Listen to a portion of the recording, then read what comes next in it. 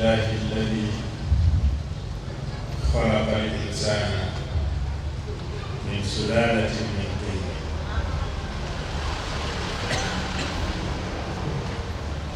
وصوره فأحسن صوره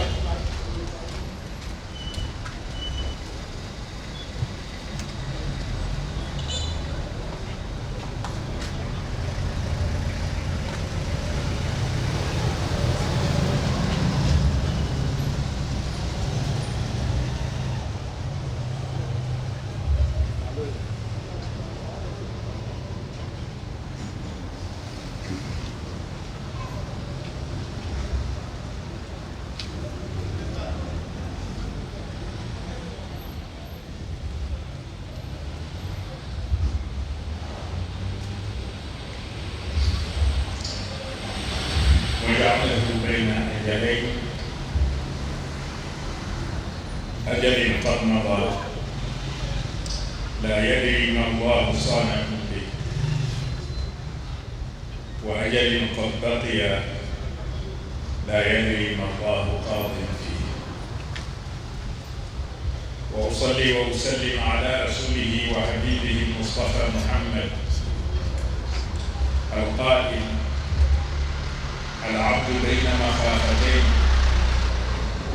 بين أجل قد مضى لا يدري ما الله صانع به وأجل قد بقي لا يدري ما الله صانع فيه فليتزود العبد من نفسه لنفسه ومن دنياه لآخرته ومن شبابه لحرمه ومن حياته لموته ولصحته لمرضه والذي نفس محمد بيده ما بعد الموت من مستعتب ولا بعد الدنيا من دار إلا الجنة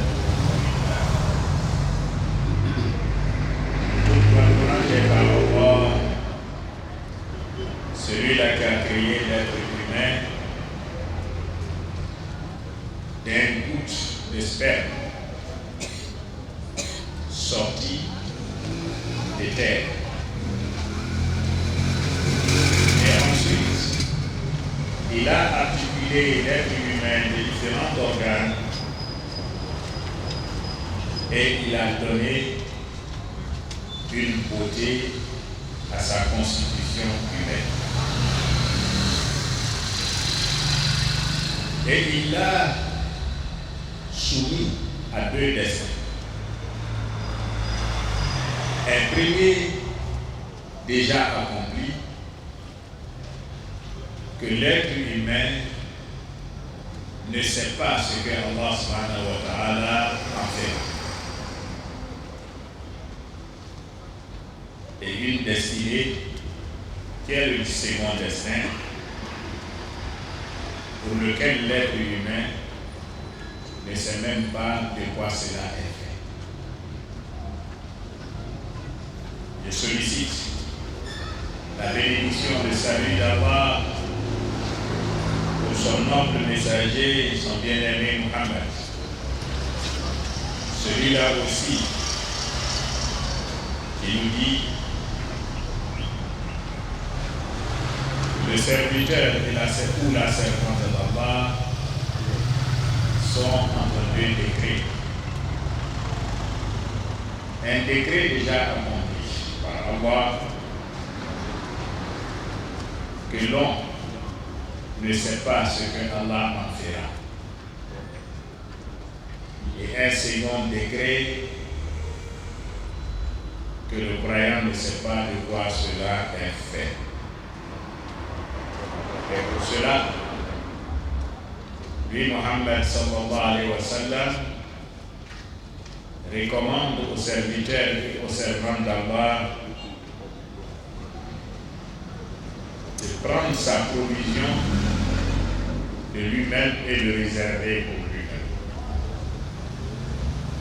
Et qu'il arrache de ce bas monde ce qu'il lui faudra pour mener sa vie future,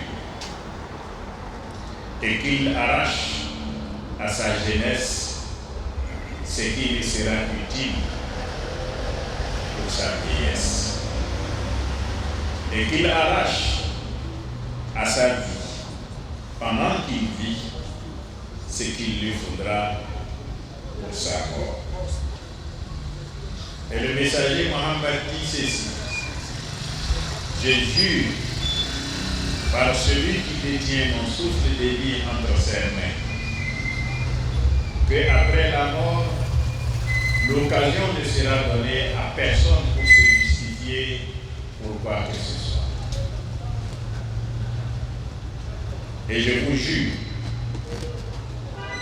qu'après ce bas monde, il y aura d'autres demeures que deux demeures. Il n'y aura de demeures que deux demeures. Le paradis ou l'enfer. Chers frères, chères sœurs, vous comprendrez que c'est une suite au sermon du vendredi passé. Parce que le messager Mohammed sallallahu alayhi wa sallam nous démontre ici ce qui est en réalité l'être humain. Quand il dit le serviteur ou la servante de Dieu sont entre deux craintes. C'est logique. Et c'est ce qui explique même la spiritualité vraie, chers frères, chères sœurs. À la vérité, le messager nous dit que nous sommes ce que nous sommes sans nous-mêmes l'avoir demandé. Je vais être encore plus terre à terre pour que tu me comprennes. Tu n'étais pas choisi toi-même. Tu te découvres toi-même. Et tu es conscient que toi-même, tu n'as rien fait pour être ce que tu es. Mais la réalité est que tu es ce que tu es. Cela veut dire que tu es l'expression de la volonté de celui qui a fait de toi ce que tu es. C'est-à-dire qu'on n'a pas besoin de chercher loin pour savoir que Dieu est là, il existe et c'est vrai. Tu te découvres. Tu es ce que tu es là, sans même savoir pourquoi tu es ce que tu es. Mais c'est la réalité. Tu es ce que tu es. Tu n'as pas choisi ton papa, tu n'as pas choisi ta maman, tu n'as pas choisi ton ethnie, tu n'as pas choisi ta forme, tu n'as pas choisi ta couleur, tu n'as pas choisi ton sexe. Rien de tout ça. Mais c'est ce que tu es.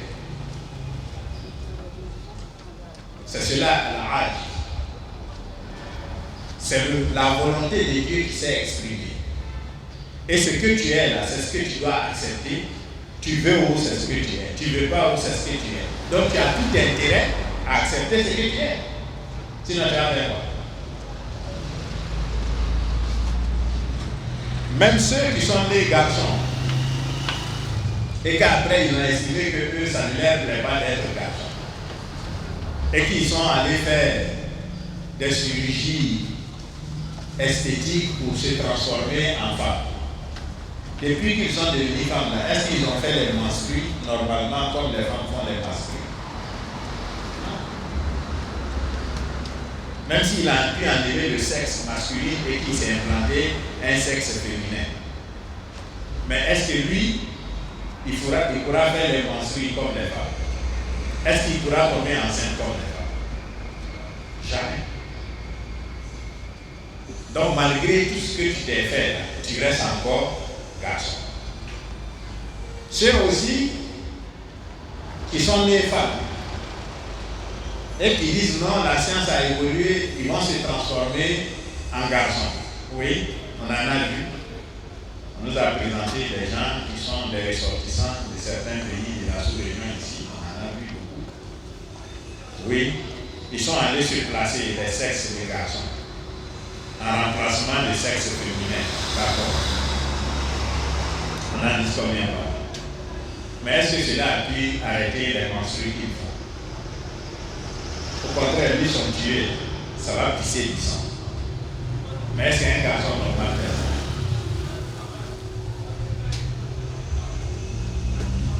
ça? Hein? Donc, quel que soit ce qu'on fera, nous resterons ce que Dieu veut que nous soyons. Ça, c'est le décret déjà accompli. Tu ne peux pas changer ça. Maintenant, Dieu t'a orienté vers un second décret qui n'est pas encore accompli. Le second décret n'est pas encore accompli. Pour t'imaginer ça, pour que tu comprennes bien, nous-mêmes nous sommes vivants, mais chacun de nous sait qu'un jour il va mourir. Mais est-ce que nous sommes déjà morts? Nous ne sommes pas encore morts. Mais il est clair qu'on va mourir un jour. Donc la mort, ça est devant nous. C'est comme si nous sommes en train de marcher pour aller vers la mort, n'est-ce pas? Ça c'est clair. Chaque jour qui passe, ça te rapproche plus de la mort que de la vie. Voilà pourquoi vous allez voir qu'en islam, beaucoup de savants ne sont pas d'accord que l'homme fête son anniversaire. Attends, chaque jour qui passe, ça te rapproche de la mort ou bien ça te rapproche de la vie. Donc tu vas fêter le fait qu'aujourd'hui, tu as 50 ans.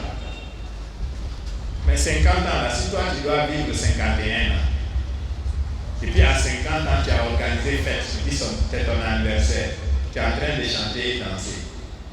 Les anges là, ils te regardent comme, tu fais pitié ou bien c'est quelle fête ça? Donc, pour certains savants, fêter son anniversaire, ça n'a pas de sens. Parce que tu ne gagnes pas. Au contraire, tu perds. Donc chaque jour qui te rapproche de la mort, tu te dis, hey, la mort est devant toi et tu es en train de te rapprocher. Au contraire, tu dois avoir peur. Tu ne dois pas être joyeux. Donc on entend par-ci des imams qui se lancent des pierres parce qu'on dit non, ça amener les gens à bien réfléchir. Il va dépenser des millions pour fêter sa mort, pensant que c'est sa vie, en fait.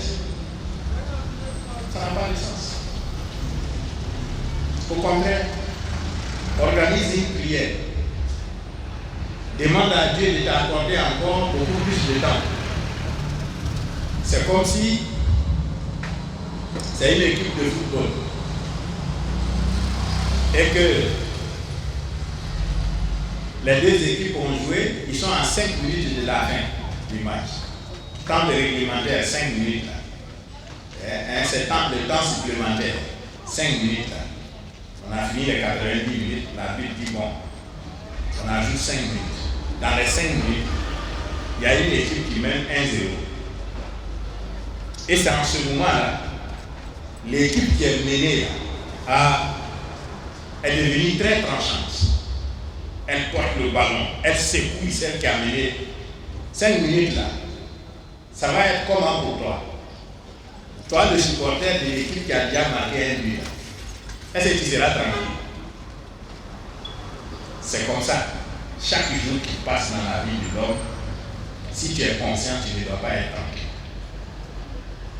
Parce que c'est comme si la fin du match est proche. Qu'est-ce qui va se passer dans les 5 dernières minutes? Est-ce que les gens ils vont égaliser? Alors qu'actuellement, la façon dont je les vois, moi, mon équipe est fatiguée, mon équipe est essoufflée. C'est eux qui ont le ballon. Les actions se multiplient. Eux aussi, ils sont chauds. Ils savent qu'il reste 5 minutes, il faut qu'ils marquent vite. C'est comme ça la mort est derrière. Et puis c'est dans ça, toi tu commences déjà à danser alors que la vie n'a pas sifflé là. Est-ce que tu as déjà gagné? C'est comme ça, de façon terre à terre, il faut comprendre. Ceux qui disent c'est inconscient d'organiser des fêtes pour son anniversaire ou l'anniversaire de ton enfant. Parce qu'en réalité, tu n'as rien gagné. tu as perdu quelque chose. Il faut organiser une prière, il faut jeûner. Dire merci à Dieu de t'avoir accordé ce petit temps et que tu es encore musulman là-dedans. Donc tu le supplies. Le petit temps qui te reste à mourir, il ne faut pas qu'il t'arrache ta foi. Il ne faut pas qu'il fasse que Satan soit plus fort que toi et qu'il arrive à te dévier. Donc tu vas voir que toi, tu ne seras pas aussi heureux que ça. Donc nous devons conseiller à nos enfants de jeûner ces jours-là et de faire des sacrifices.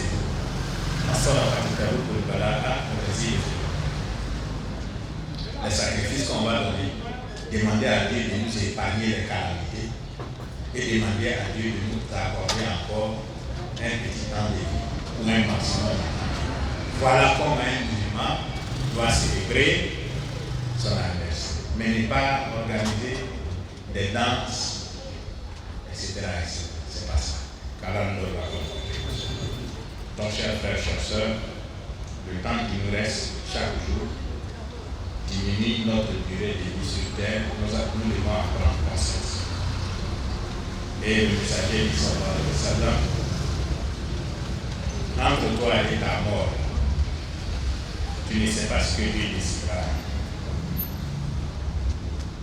Tu peux commettre une grave faute pour laquelle Dieu t'abandonne.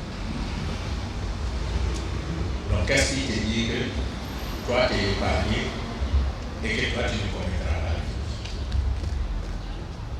C'est cela qu'il faut rester en permanence avec Dieu.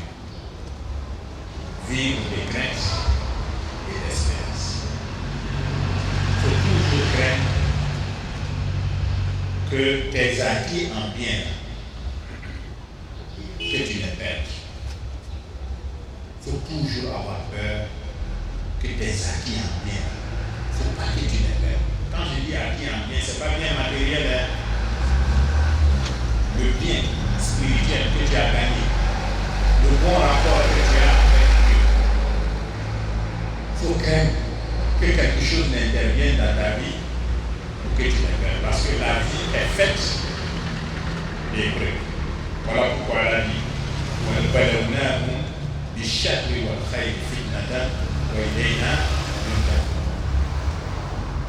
et dans la vie que vous menez, de ta majorité jusqu'à ta mort, lui, il te soumet chaque fois à des épreuves. C'est des épreuves. C'est des épreuves pour changer ta foi. Même dans ce que Dieu te donne en bien, matériel, social, c'est un piège. Il te donne ça pour voir qu'est-ce que tu vas en faire. Il te donne ça pour te regarder. Est-ce que tu sauras que c'est lui Dieu qui t'a donné et l'orienter dans le sens que lui Allah agrée? Ou bien tu feras preuve d'ostentation, oublier même que celui qui t'a permis d'être ce que tu es là, c'est lui Allah, et que l'orientation qu'il t'a recommandé en te donnant ce bien-là, tu vas refuser de t'orienter en ce sens. C'est ça illégal. Parce que c'est la finalité qui compte, ce n'est pas le début. Chers frères, ce n'est pas le début. C'est la finalité qui compte. Voilà pourquoi, lorsque les gens sont venus poser la question à l'imam Ali le vendredi passé, j'ai pris un seul élément là-dedans, qui leur parle de ce bas. Elle est sa vision de ce monde. Il leur a parlé, mais sans même leur dire qu'il leur a parlé. Mais ce qu'il a dit là, leur intelligence leur a permis de comprendre qu'il a donné son point de vue. Parce qu'il a dit ceci. Il dit, que voulez-vous que moi, Ali, je vous dise de ce monde? Un monde où le début pour chaque être humain est souffrance. Et la fin pour chaque être humain est la mort. En venant dans ce monde, tu viens pour souffrir. Tu vas souffrir jusqu'à... Et à la fin aussi, il n'y a pas de repos pour toi, tu meurs. Regarde comment il démontre la vie. Tu viens dans ce monde-là, même pour gagner Dieu, pour gagner la confiance de Dieu, pour gagner l'amitié de Dieu, il te faut travailler. Tu ne fais rien, tu n'as rien. Pour pouvoir te nourrir, il te faut travailler. Pour pouvoir t'habiller, il te faut travailler. Etc., etc. Rien n'est cadeau dans ce monde. Tout se gagne. Tu viens dans ce monde avec rien.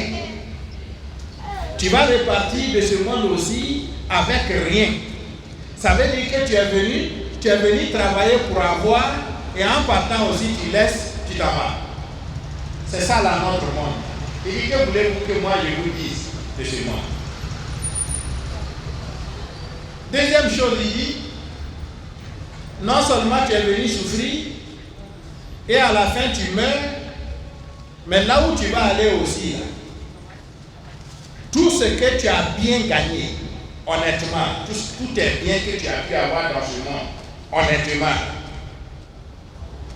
tu seras aussi interrogé à ce sujet. Comment tu les as utilisés? Chers frères et sœurs, voilà pourquoi le messager te dit, faut te dire que tu es dans ce monde-là pour préparer ta vie de l'autre côté. Parce que tout ce que tu vas avoir ici, dans ta souffrance, tu vas devoir expliquer de l'autre côté comment tu as gagné ça et ce que tu as fait de ça. Deuxième chose, les hayat, les mautik. Min hayatik les mautik. La vie que tu as pu avoir, tu as vécu 100 ans, tu as vécu 90 ans, 80 ans, 50 ans, 60 ans avant de mourir. Qui t'a permis de vivre? Quand à côté de toi, tu as 50 ans, tu as vu des gens morts à 30 ans. Tu as vu des gens morts à 40 ans. Tu as vu des gens morts mourir, à 24 ans. Toi, tu as fait quoi pour pouvoir vivre jusqu'à 50 ans? Tu vas réaliser que c'est un cadeau que celui qui t'a créé t'a fait. Mais il va te demander. Je t'ai accordé 50 ans de vie. Je t'ai accordé 60 ans de vie.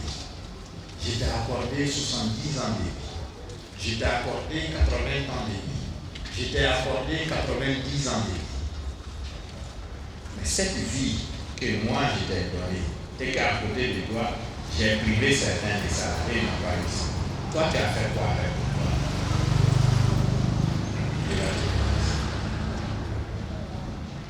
Tu vas dévaler. Tu as pris tout ça pour chanter, danser. Tu as pris tout ça pour forniquer.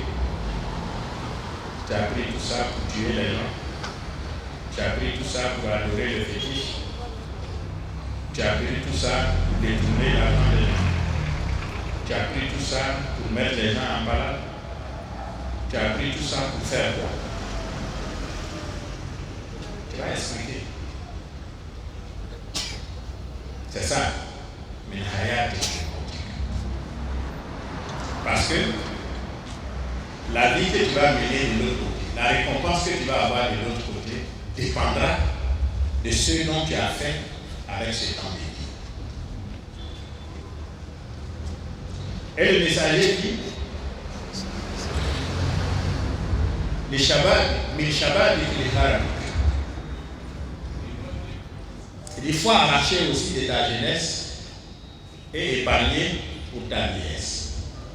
C'est aussi simple. À la fonction publique, comme dans le privé, il y a un temps de travail et il y a un temps de retraite. Maintenant, tout ce que tu vas percevoir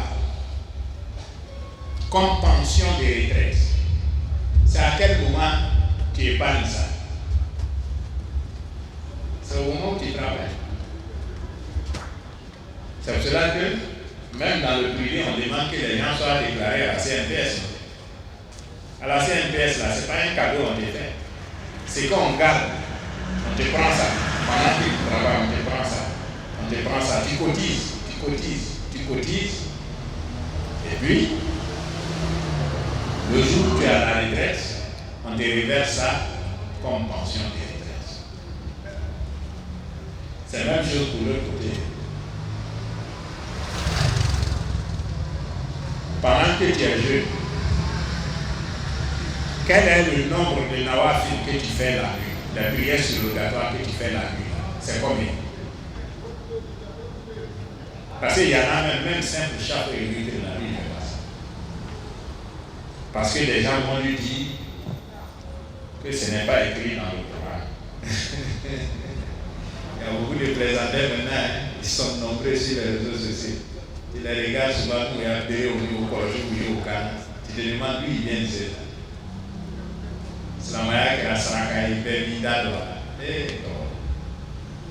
Parce qu'aujourd'hui, chacun veut se donner un statut social. Chacun veut vivre pour dépendre de l'islam et des musulmans. L'imam est devenu maintenant même une porte de sortie pour certains cadres qui ont travaillé, qui n'ont pas bien préparé leur retraite. Donc lui, sa retraite, là, c'est à la mosquée. Il prend, s'il n'est pas président de comité, lui aussi devient imam. Parce qu'il sait lire un livre traduit en français, etc. N'importe quoi. Est-ce que les gens savent qu'il y a deux sortes d'imams?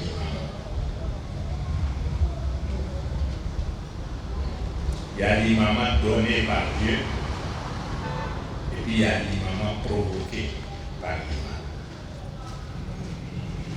Mais l'imam provoqué, le plus souvent c'est le fait, souvent.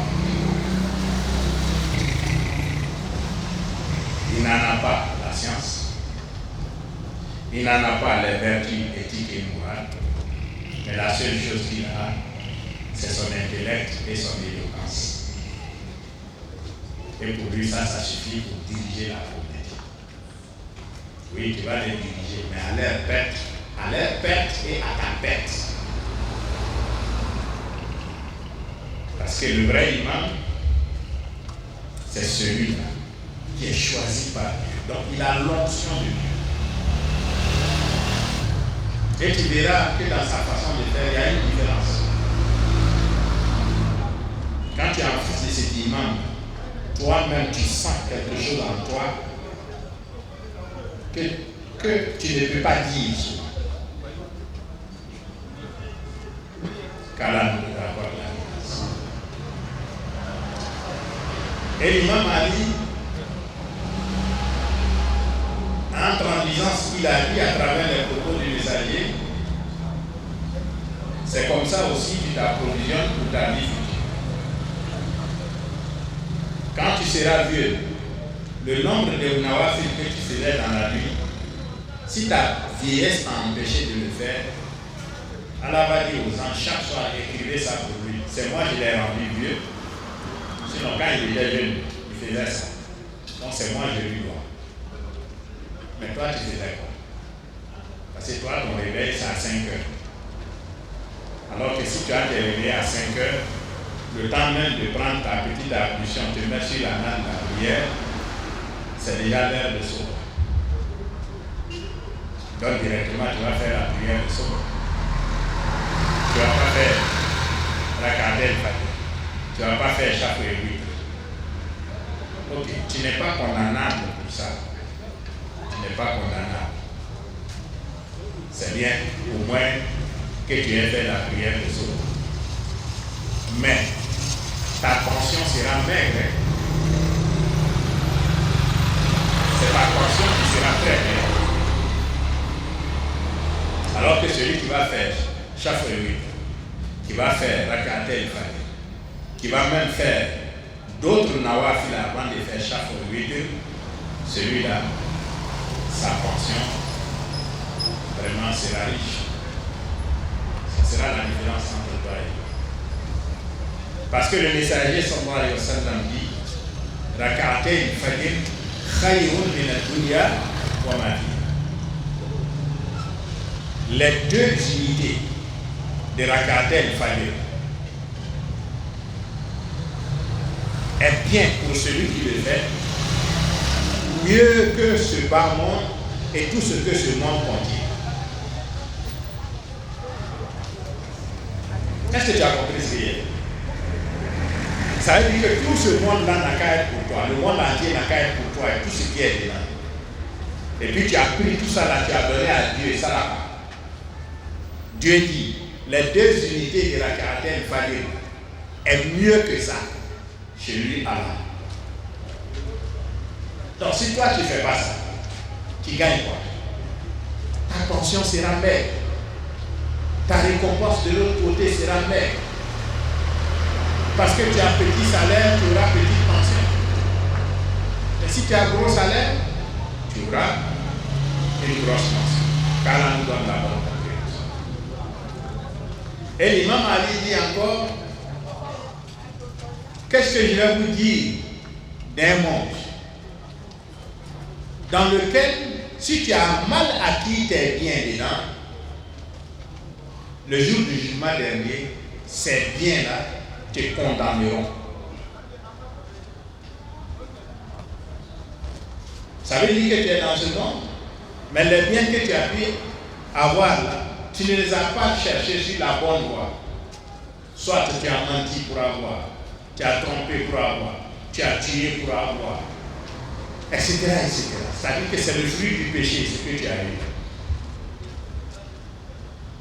L'imam Ali dit le jour du jugement dernier, c'est ça que Dieu va prendre pour te condamner. Tu vas aller en enfer pour ça. Pourquoi se tuer pour ce monde? Chers frères, chers soeurs, que chacun de nous médite sur cela et qu'il en tire lui-même les bonnes conclusions.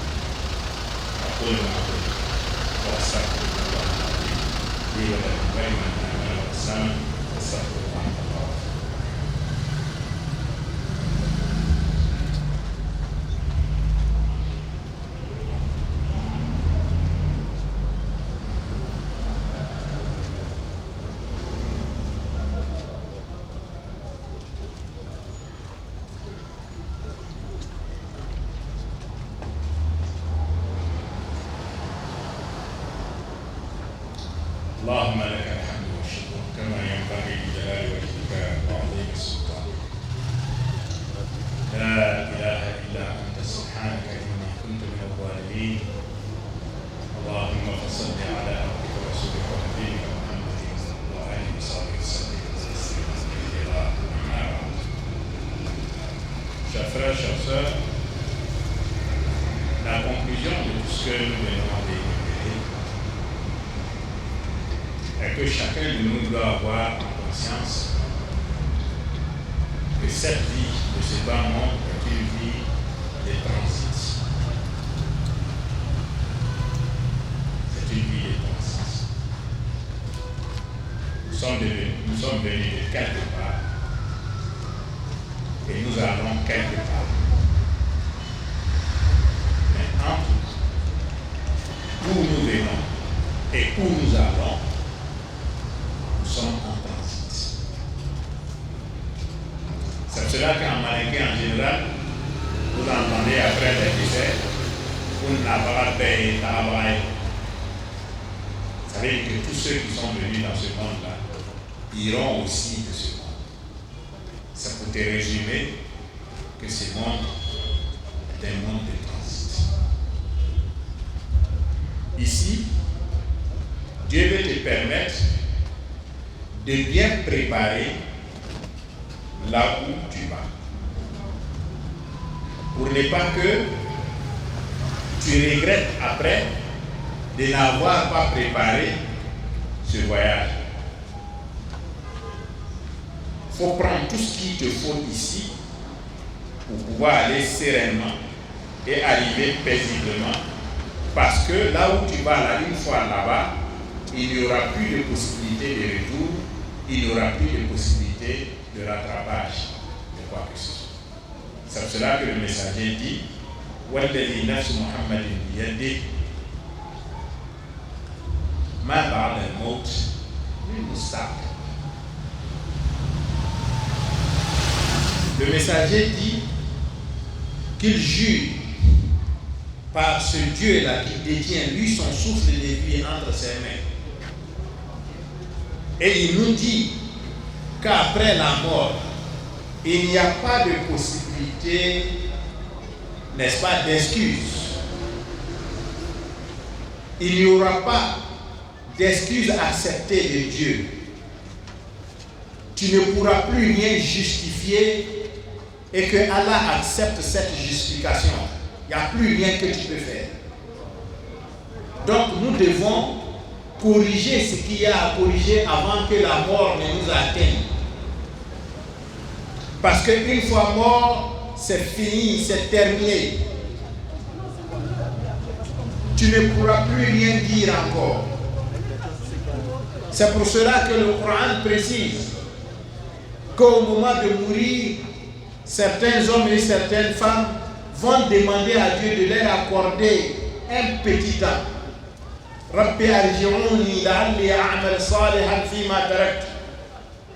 Certains diront, Seigneur, accorde-moi un tout petit temps pour que je puisse corriger ce que j'ai mal fait, pour que je puisse rattraper un tant soit peu mon retard, pour que je puisse faire le minimum qu'il me faut pour accéder, parce que la réalité que je vois là, si je vais, c'est fini pour moi. Accorde-moi un petit temps.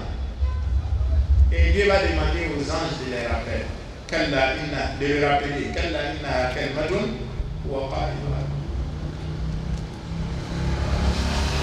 Alors on va dire ça là. Oh. Celui-là arrivé ici. C'est le propos qui tient. C'est déjà tard pour lui, c'est fini. Les gens ont dit, mais il ne dit pas. C'est maintenant toi tu te réveilles. Mon ami, c'est trop tard. Nous on n'est pas là pour tes chiens là. Hein? Tu vois quand les policiers viennent, ils t'ont pris la main dans le sac à elle la drogue. Sans seulement tu veux dire, mon ami, oh garde pour toi, allons-y là. Non, c'est comme ça.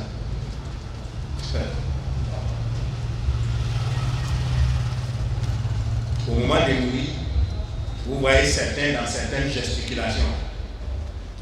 On veut le prendre par qui lui dit papa, il veut s'arracher. C'est dans ça il dit on va passer. Regardez les séries. Si on veut sinon quand tu es en harmonie avec Dieu, ta mort c'est en douceur, comme si tu dormais. Tranquille. Il y en a même qui meurent, tu le vois sourire en partant. Il est en train de sourire en partant. Moi je vous dis, je connais quelqu'un qui pendant sa mort a décrit la mort pour consolider notre foi et dire tout ce que vous lisez dans le Coran et que vous disiez aux gens, c'est comme ça, ça y est, ne doutez pas. De telle partie de mon corps à telle partie, à ce moment-là je ne vois plus ça. Mais je vois les anges autour de moi. Ils sont là. Ils sont habillés comme ça. Ils sont des tels teints. Voilà actuellement ce qu'ils sont en train de faire. Jusqu'à ce que ça arrive au niveau de là. Il a dit, actuellement là, vous voyez que ma respiration devient difficile. Vous m'entendez difficilement. Non? Bon, c'est l'heure pour moi d'arrêter avec vous. Moi, je reprends ma calme et que Dieu facilite notre rencontre au jour du jugement dernier. Et il a commencé à dire là, au bout d'un temps, il a fermé ses yeux, c'est fini, comme s'il dormait. Son corps est devenu froid, glacé. C'est terminé. Mais il faut voir d'autres mourir. La chose là, il se gâte. Il se gâte. tous les deux tours d'en bas, il y a des choses qui sortent. Et les rebelles vont passer qu'à quel là. On va c'est les femmes, bien. Non. Non. C'est cela le Coran dit il y a deux façons de mourir. Tout le monde ne meurt pas de la même manière parce que les gens ne sont pas aux mêmes enseignes, au même rang auprès de Dieu, ils n'ont pas les mêmes rapports avec Dieu. Et Dieu n'est pas injuste. Donc soyons bons pour nous-mêmes, chers frères et chers sœurs. Soyons bons pour nous-mêmes parce que cette mort est notre destinée, c'est une réalité en face de nous, nous allons l'affronter. Si vous voyez que chaque vendredi, je fais mon sermon avec engagement, avec sincérité, avec honnêteté, à tel point que par moments les commentaires autour de ce que j'ai dit sont ce qu'elles sont, et je m'en moque là. C'est parce que, qu'est-ce qui me dit que vendredi prochain, je serai là pour faire un autre sermon? J'ai quelle garantie? Peut-être vendredi prochain, c'est un autre imam qui va prier sur mon corps ici. Moi, j'ai ça en tête, j'ai ça en cœur.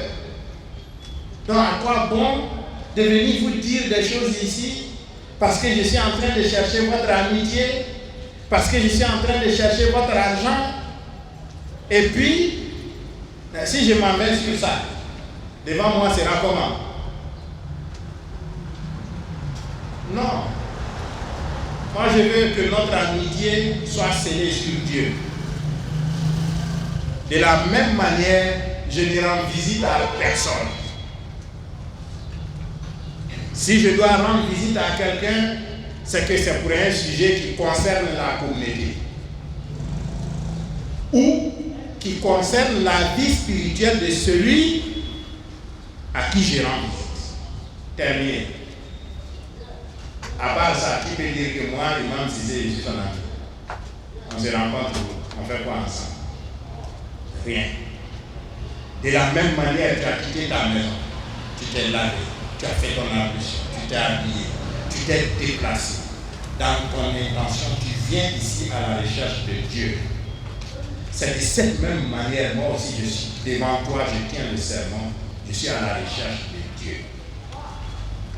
Donc je ne te vois pas quand je parle. Mais je vois le Dieu qui m'assiste.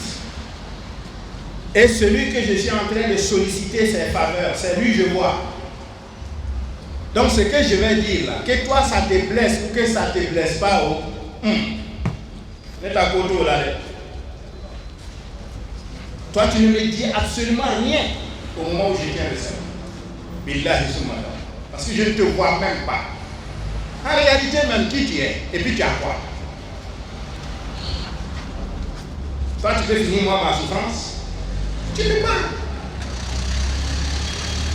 Même si je deviens ton ami, même si je fais la courbette derrière toi, tu ne peux pas m'assumer, tu ne peux pas. Tu m'as donné une fois, deux fois, troisième fois, tu vas crier. Ah, c'est quel imam ça? Yo. Tu vas m'insulter tout de suite. Donc c'est pas la peine. Je ne veux pas être ton ami, mais je veux que toi et moi nous soyons les amis d'Allah. Voilà. Quand nous comprenons la chose comme ça, personne ne va se plaindre de son camarade. Parce que si j'ai dit tu as détourné le fond de l'État, et puis ça t'a fait mal. Au moment où tu déplaçais les virgules, est-ce que j'étais à ton bureau avec toi? Je n'étais pas là. Mais c'est toi seul qui sais si tu as déplacé les virgules ou pas. Quand je te dis, après le budget qui t'est alloué,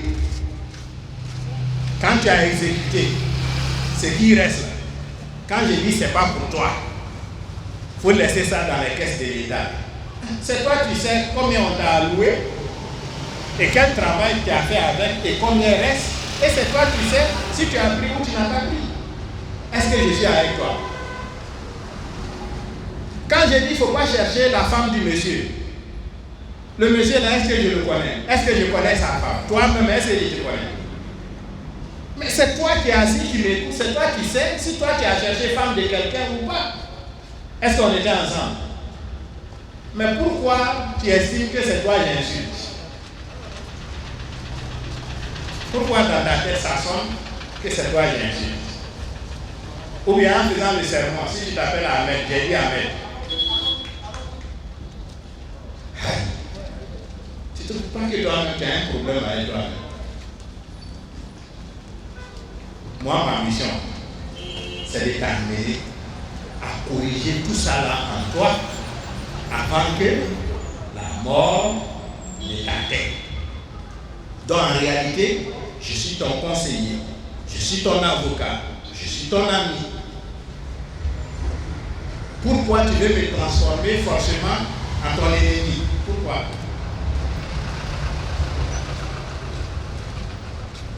Il y en a qui vont dire à d'autres, oui, il est en train de gueuler. Ça fait 15 ans qu'il est dans la rue. Comme il dit, c'est l'argent halal, il attend. D'accord? Il va avoir. Ouais. C'est toi qui sais que toi, ton argent est haram. Est-ce que moi, je sais? Est-ce que je suis avec toi là où tu cherchais ton argent? Moi, je t'ai dit seulement qu'il ne faut pas laisser certains imams te tromper. La vérité de l'islam qui est claire.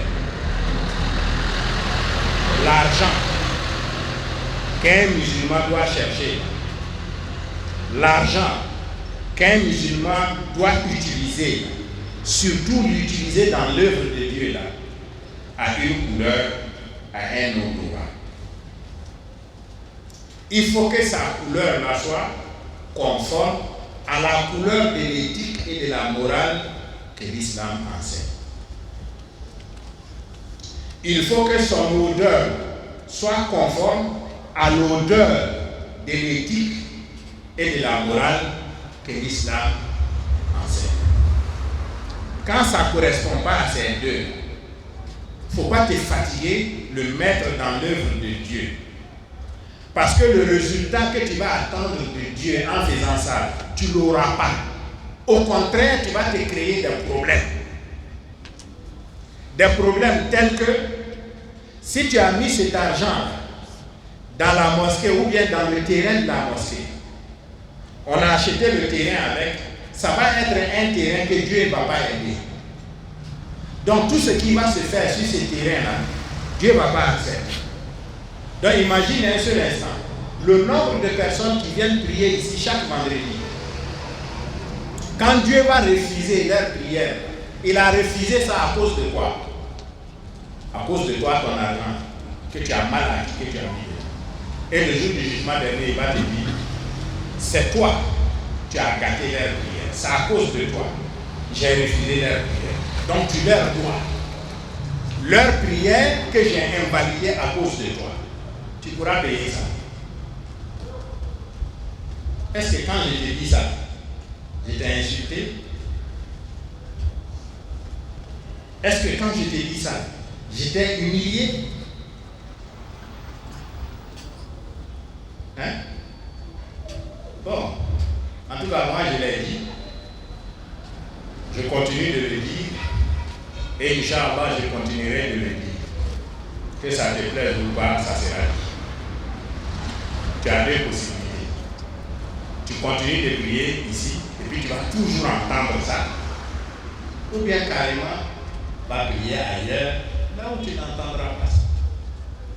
C'est ce que j'ai dit en disant à l'imam, il parle mal aux gens. Mais tant que tu vas continuer ici, c'est des choses que tu vas entendre. Alors que toi, c'est ce que tu ne veux pas entendre. Donc, c'est bon pour toi d'aller prier là où tu ne l'entends pas. Ou bien, parce que ici, toi, tu ne peux pas m'empêcher de dire ça. Hein? Tu ne peux pas. À moins que tu m'as tué, c'est fini. Alors que quand moi je viens faire le serment chaque vendredi aussi, je me dis que bon, Peut-être qu'ils vont appeler ma femme pour lui dire, bon, voilà, ton mari, il a laissé ici. Hein. Moi, je viens, même dans l'opposition des gars. Mais il n'a pas, il a venu, parce qu'il ne veut pas me laisser faire. Ni de cela, ni de l'idée. ربنا آتنا من لدنك رحمة وهيئ لنا من أمرنا رشدا ربنا آمنا بما أنزلت واتبعنا الرسول فاكتبنا مع الشاهدين ربنا آتنا من لدنك رحمة وهيئ لنا من أمرنا رشدا ربنا عليك توكلنا وإليك أنبنا وإليك المصير ولا حول ولا قوة إلا بالله. Si nous prenons à payer des impôts pour aller en bas caca, du dominer. Et tous ceux qui nous ont fait des promesses, c'est le moment d'envoyer ce que vous nous avez promis. Parce que nous donnons tout n'est pas bon à dire et de faire entendre ça par tout le monde. Allah Krako, Istanimo, Allah Kabari, Hawaii, comme des Kitman, Wati Doi, Makuya Dobe, Aline Hadisi, Nikara Daivie, Nga Akuma. Famille Baba. Ni qui s'écrit Befoué Junior, et ni elle est là.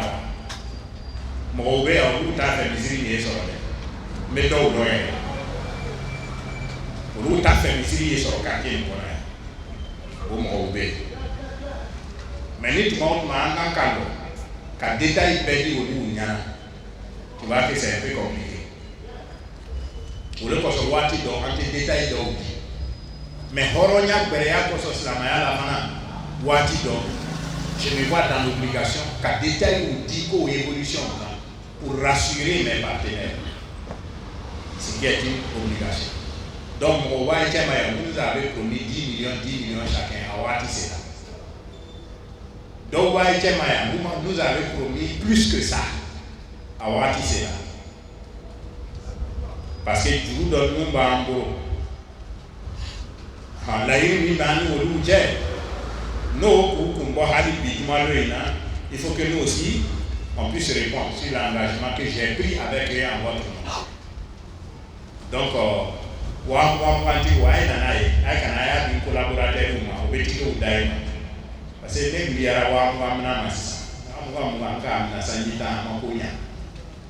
million comme na million tanka I can tell you so man we are Mumbai I will